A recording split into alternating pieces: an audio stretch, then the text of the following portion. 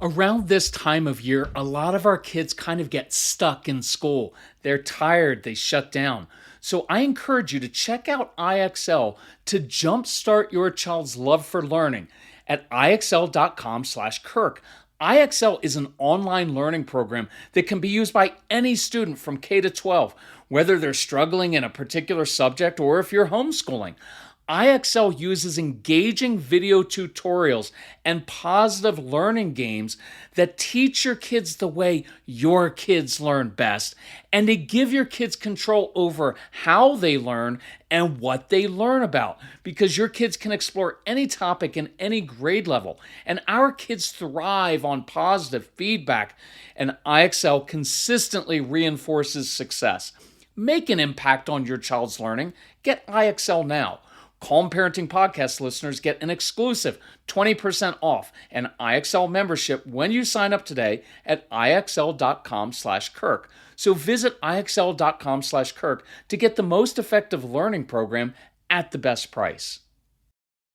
Hey, moms and dads, when you're tired, it's easy to be reactive and be agitated by your kids. So prioritize yourself and sleep better with Cozy Earth's ultra soft, temperature regulating sheets and PJs. Look, we wrap ourselves in Cozy Earth 24/7. Make sure you use our special code for 40% off. These Cozy Earth bamboo sheets make a huge difference for us. These are the softest, coolest, most luxurious sheets you will ever own. We fall asleep quicker, we stay in that deeper sleep, and we just feel more refreshed in the morning. We've also noticed, look, at night, when we change into our Cozy Earth pajamas and just casual wear, it kind of invites us to settle into sleep mode. And it's risk-free. Take 100 nights to decide with the Cozy Earth sleep trial. And every Cozy Earth bedding product comes with a 10-year warranty. Visit CozyEarth.com/Calm and use my exclusive code CALM for 40% off best-selling sheets, towels, pajamas, and more. And let Cozy Earth know you heard it from us. That's CozyEarth.com/Calm with the code CALM for 40% off. Do you ever try to get your kids to calm down and they get even more upset? Are you tired of trying to manage everybody else's emotions, including your spouse's, and prevent the next meltdown? It's exhausting. So I want to show you 3 different ways to change these negative patterns so we can start to build some confidence so you can actually enjoy your strong-willed child again. So that's what we're going to discuss on today's episode of the Calm Parenting Podcast. So welcome, this is Kirk Martin, founder of Celebrate Calm. You can find us at celebratecalm.com. If you need help, reach out to our strong-willed son, Casey, CASEY at celebratecalm.com. Tell us about your family, age of the kids, what are you struggling with? We get together as a family, discuss it. We will reply back to you personally and usually really quickly, because that's what we do. If you need help with any of our resources, products, even financial help, reach out to Casey. That's what he's there for, and he will help you. So, I know that your kids can be defiant and disrespectful. But if I had just one word to describe your kids, it would be frustrated. These are very bright kids who have visions of what they want to accomplish, and they just get frustrated with themselves. They get frustrated with others. And often what we try backfires. So let's try to change our focus in 3 areas this week and see how it goes. Now, first area I want you to do is this. I want you to think about this. I want you to change your goal, your objective from, I need to calm this child down, to, I need to give my child a feeling of control back. If this is all we accomplish on this podcast and all you do this next week, this next month, this next year, man, it's going to change your family life, right? So when your child is melting down or upset, we typically focus 100% of our energy on getting the child to calm down. But when you are upset, when you're upset, is there any worse phrase someone can say to you than, you know what, you just need to calm down, right? It's infuriating. That's why I say, you know what you need to do, right? And here's why. When you're upset, and especially when you're freaking out or melting down, you feel totally out of control. And this is true of 5-year-olds and 50-year-olds, and it's embarrassing. So when someone is watching you and trying to fix your mood, it's too much focus on you when you're at your worst, right? It's too much focus on what's going wrong because people, no matter what age, don't like to be looked at when they're struggling with their emotions or even with something physical. It's like putting a spotlight on someone at their worst. And just as bad, no one likes to feel like they're being fixed. And that's why it always backfires when we as men tell our wives, oh, honey, you know what? There's no need to be upset. You're just overreacting, right? No one likes to be told that. The other fallacy of trying this is that you're trying to fix someone else's mood, largely because it makes you uncomfortable. And we have the mistaken notion of thinking that it's our job to fix other people's moods and emotions. And it's not. And that's one thing I really want you to get from our materials is that the only person I can really control in my life is myself, right? When I try to fix other people's moods and emotions, man, it always makes everything worse. It's a big enough job to control yourself, not everybody else. And by the way, for a lot of you out there, moms and dads, but a lot of the moms, man, you're wearing yourself out trying to make sure everybody else is happy, everything just goes right. It's exhausting. So, at its essence, we all have control issues. You do, I do. It's the way we're made. We have an insatiable desire and need for homeostasis to make everything kind of regulated and in balance. And that's why I get a little bit frustrated when people say, oh, my child just likes to control things. Well, who doesn't? You do too. You seek to control your kid's behavior all day long. So let's just drop that line of thinking and instead let's use that insight to our advantage, right? A lot of this is just changing your perspective. See, the problem isn't that your child is melting down. It's that he feels like he has lost a sense of control over himself, over his environment, over what's going on. And that's what freaks him out. That's what freaks me out.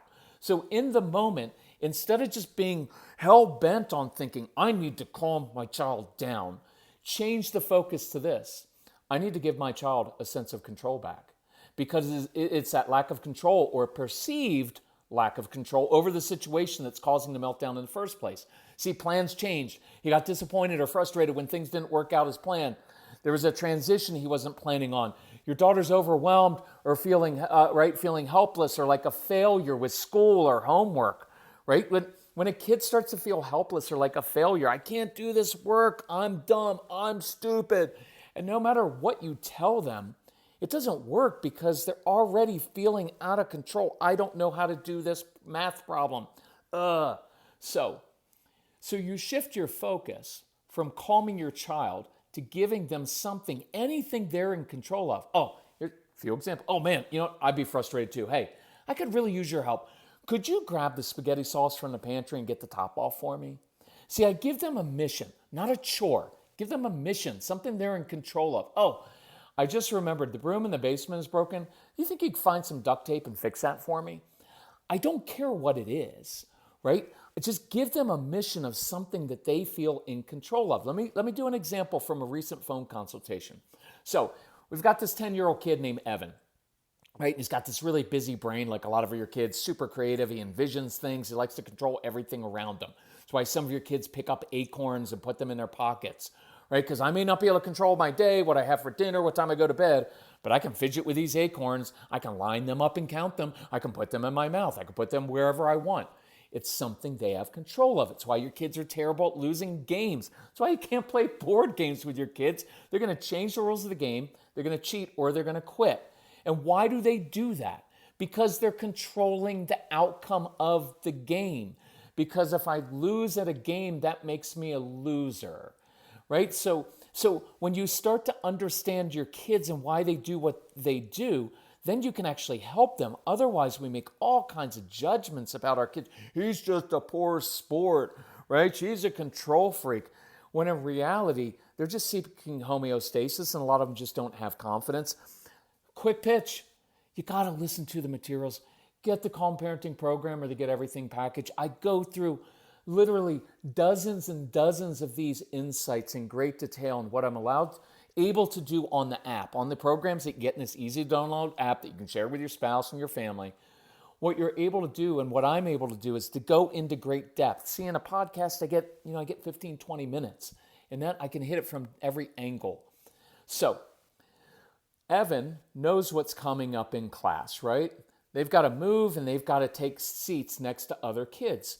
So little Evan isn't always awesome at connecting with kids his own age because he's an old soul. He's interested in engineering and hooking up electromagnetic currents while his friends want to kick a stupid ball, something he's not good at. So what Evan knows is he does like Billy. So he's got his heart set on sitting next to Billy. It's comforting to him. It's familiar. Again, so a way to combat anxiety is familiarity. I'm going to go to what's familiar and comfortable. I want to sit next to, you can already hear, can you hear that? I want to sit next to my friend Billy because I know Billy. He doesn't pick on me and Billy's kind of like me, right? And as the class moves, Mary comes up and sits next to Billy. Now, you and I at our age can say, okay, maybe I don't get to sit next to Billy today. I can handle that. But Evan can't because that's a safe place and what he was picturing in his brain and counting on. And it wouldn't even surprise me if Evan walked over and pushed Mary and called her stupid and said, Billy's my friend and I'm sitting next to him. Your kids do those things, right? And then we get called, well, your child's being a bully. Your child is mean. It has nothing to do with being a bully or being mean. It was that what I pictured and what I needed because I really wanted to sit next to Billy, not because I'm a selfish jerk, but because I don't have a lot of friends and Billy's one kid that's kind of nice to me. And so I really, really want to sit next to Billy. Can you hear that, right? That's why he did it, right? And so it doesn't surprise me if he pushed Mary and did that. And it doesn't mean he's a bully or mean. It doesn't mean what he did was right either. This isn't an excuse. But when you understand the motives, and this is huge insight, man, my biggest, what would you call it, trigger is when people misjudge my motives, right? Like if you want to call me at times and say like, hey, you know what, you were just a jerk. And I was like, yep, I was just a jerk. I'm okay with that. I can admit that. But if you misjudge my motives, it bothers me. And that's what makes these kids so upset sometimes is because we look at the outward behavior and we judge it. And teachers do that. And they feel very misunderstood. And that leads to a lot of anger, right? So in this situation now, Evan's just done this and told Mary to move and pushed her, whatever it is, right? Trying to reason with Evan won't work, right? Because, well, Evan, some days you just can't sit next to Billy. Those lectures don't work because we're dealing with an emotional issue. It's not a rational issue. So here's what I would do as the teacher. Oh, Evan, I'd be frustrated too. Hey, could you help me with a special project? I need someone strong to help me move X or Y up to the front of the class. See, in the moment, we didn't address Evan's outward behavior. We addressed his internal state of being. In our language, which you'll hear sometimes in the programs, it's instead of treating or reacting to the outward behavior, we meet the internal need, right? It's like when you're, quick example, your kids are starting to act out late in the afternoon, just saying, hey, you guys need to calm down. You guys need to settle down. Nothing works. You give them a snack, all of a sudden, behavior changes. You didn't change their behavior. You fed them. You met an internal need. See, that feeling of being in control of something external and tangible and physical will help him get control of his emotions inside. And if I were you as a parent, I would make a list of at least 5 different go-to missions or projects around the house or in the backyard or garage your child can do in that moment of frustration, something he feels mastery over, something your daughter's naturally good at, right? That gives your child back a sense of control. Then in the moment, you can say, oh, I just remembered. could you help me with X? Oh, you know what? Before mom left for work, she had left this, she didn't get this done. Hey, could you help me get that done? Hey, dad was hoping that he forgot to mention this morning, there's this mulch in the backyard. Do you think you could move that mulch from this side of the yard to the other side of the yard? Because some of our kids love moving mulch and heavy stuff like that. It's good for sensory needs, right? So you do that, you give them a mission, and then you give the child space to do that without you looking at him in the midst of his shame. So I've done dozens of examples of this in other podcasts on the Calm Parenting program, but the big insight today is this. Change the focus from, you need to calm down, to, hey, I'm going to give you back a sense of control. Hope that makes sense. So let's geek out together for a minute over gut health, because I'm really into this. I just learned that prebiotics are the food that help fuel the growth of healthy bacteria, the probiotics, in your gut. So you have to have both. And that's why AG1 helps my digestion, calms my stomach, and keeps me regular. Look, I've loved my morning AG1 routine for years, long before AG1 became a wonderful partner to the podcast. It's a quick, easy win because I start my day with 75 vitamins, probiotics, prebiotics, and whole food sourced ingredients. I just don't have that stomach distress anymore, where that bloating, that kind of interferes with your day and puts you on edge. Plus my weight is down. I've got energy for this hiking season. I'm drinking my AG1 right now while I'm recording this, and I think you should as well. AG1 is offering new subscribers a free $76 gift when you sign up. You'll get a welcome kit, a bottle of D3 and K2, which I love, and 5 free travel packs in your first box. So check out drinkag1.com/calm to get this offer. That's drinkag1.com/calm to be kind to your gut. Okay, number 2. Here's what I want to focus on next. Let's change our perspective from we need to fix this to we just need to normalize this. So a few minutes ago, I explained why your kids don't play games well or get along with kids their age, right? And when you really get to understand this, man, it makes everything so much easier because you can understand all the kind of weird little things that your kids do. One danger I see sometimes in taking kids to therapy when they're young for things that you don't need, right, that you don't need to be fixed or talked about, is that it can begin to create in your child, they begin to internalize that something's wrong with them, right? Because, look, these are very common things. And the danger is that your child begins to internalize that there's something wrong with me. And then this psychologist or therapist, nothing against them at all, but you just got to be aware of this, right? The psychologist and his parents focus relentlessly on trying to fix this behavior.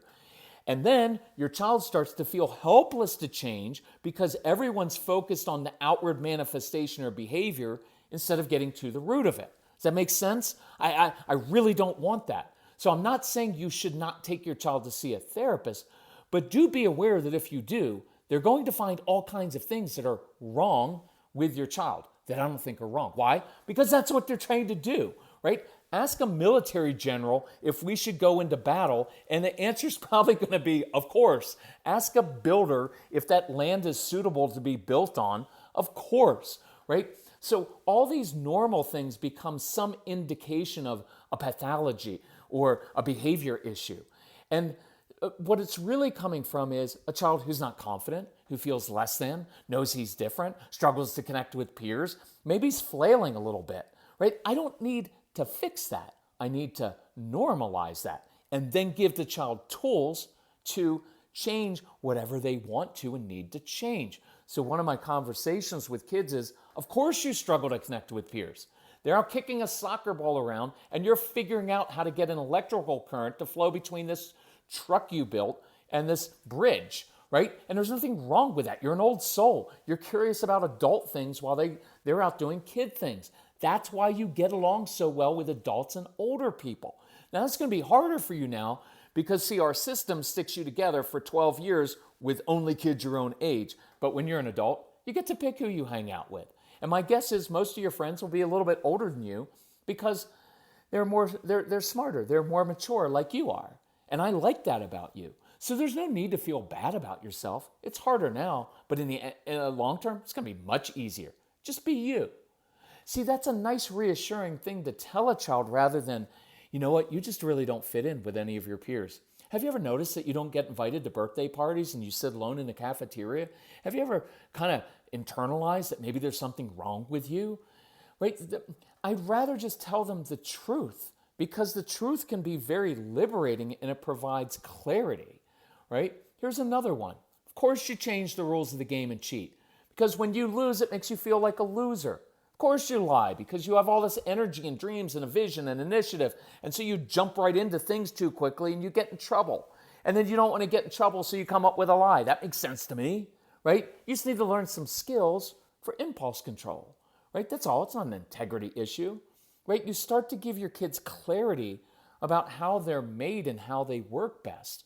And now they don't feel like there's something wrong with them. Now they feel empowered to like, oh, okay. So like with the social skills, we have it in our ADHD University class course. We go through practical ways to help your kids build connections with other kids and social skills. But I'm giving them tools to do it in a way that works for them, not the typical way it works for everybody else. And if they choose to do that, good for them. Look, I'm 57. I've told you this before. Most of my friends are older than me. I just went for a hike with a 69-year-old guy. You know why I liked him? Because he's settled in life. He's not out trying to prove anything. He doesn't brag about stuff. He's been through life. I can ask him questions. He's got great advice. And he's not, when we don't have to like compete over everything and do all the immature guy things. So anyway, here's what I want you to do. Change your focus from trying to fix what's wrong with our kids to normalizing some of these things. And then give them tools to change over time. Otherwise, they're going to internalize that they're the bad kid and that there's something wrong with them. And we don't want that. Okay, third thing we're going to work on this week is this. I want to change from, I don't want you to get frustrated to, I want to teach you how to deal with your frustration. So obviously this is similar to number one, because we get so focused on preventing frustration, which is impossible, that we end up negating valid frustrations and emotions. And that's even more infuriating. And that's why I'm a big believer in validating frustration with intensity, right? I love you know what? If I were you, I'd be frustrated too, right? Otherwise, it sounds like you're merely dismissing what they're legitimately experiencing, right? Even if it's not how you would handle the situation. So I can give you 100 reasons you should be frustrated and upset today, right? I can. There's hundreds. The frustration isn't the issue. It's how our kids, and it's how I handle the inevitable frustration that matters, right? So one of my talks with kids is, I'm okay with you being frustrated. In fact, you should be irritated and upset at that change in plans, at what your friend said, the fact that your sister's breathing. Kidding. But what is not acceptable or ever okay is hitting, calling your sister names, throwing things, hurting others, or negative self-talk.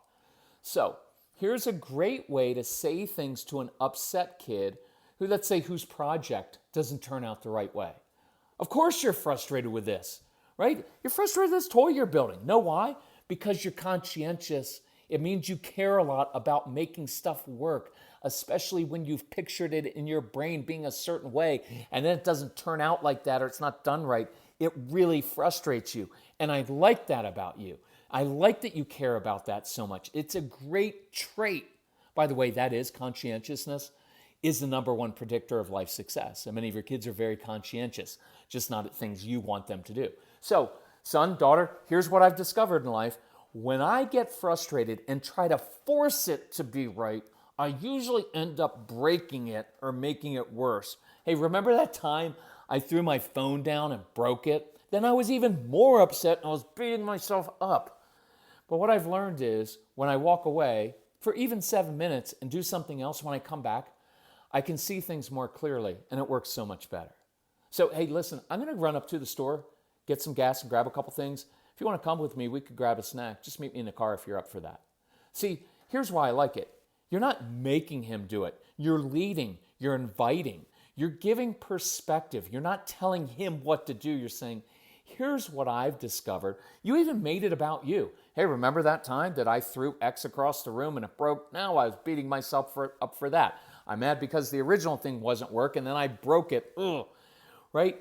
And that's huge for your kids to have you model that for them, right? And you're normalizing failure, that these things happen, that you get frustrated. That's why I love, for dads especially, dad who has trouble at times with his own emotions, to walk into a room or come home from work and say, guys, listen, I was frustrated. Man, the traffic was really bad. My boss was all over me today. Will you guys do a few push-ups with me?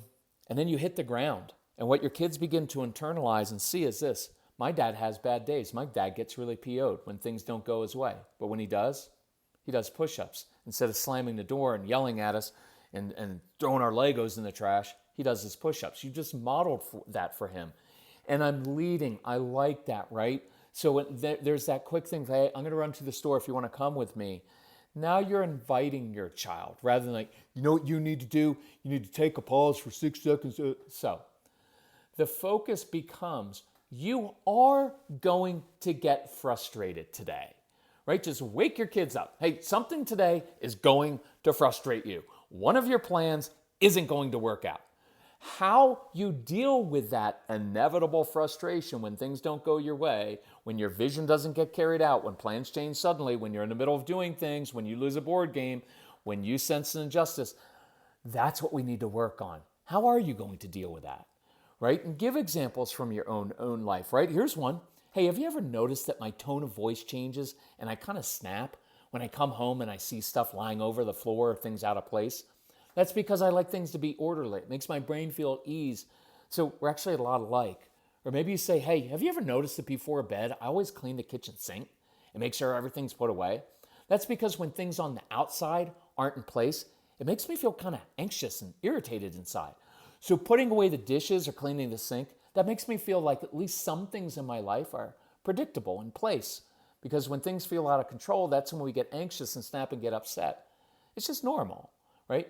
And then if you want, you can say this: so I'd like to work on this myself so I don't snap like I usually do and make everyone feel on edge. Like when we're running late to church or school, an event, I tend to snap at everybody in the car and I get a little cranky. That's because I associate being late with losing control over the situation or not getting the right seat or just being disrespectful, because that's what I was taught as a kid, so I kind of tense up.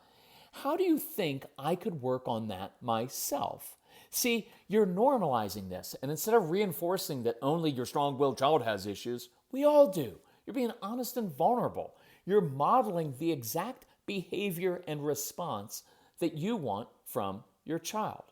And by the way, here are a couple quick things to practice when your anxiety causes you to rush or tense up.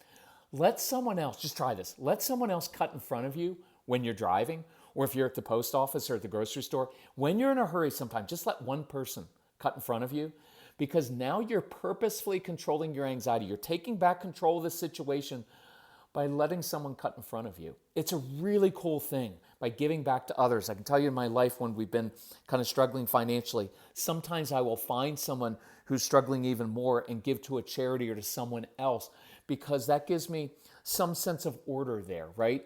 So try purposefully slowing down and working on your own anxiety. It's really cool. By working on yourself, you're eliminating this feeling and idea that you're always coming down on this child. That's why I like modeling this stuff, right? It's not, because otherwise this is what your strong-willed child feels like. And they'll say this: how come you guys always pick on me? It feels like I'm the bad kid in the family. Nobody likes me. Everybody picks on me, right? And instead of that feeling, now it's like, no, I got to work on myself too.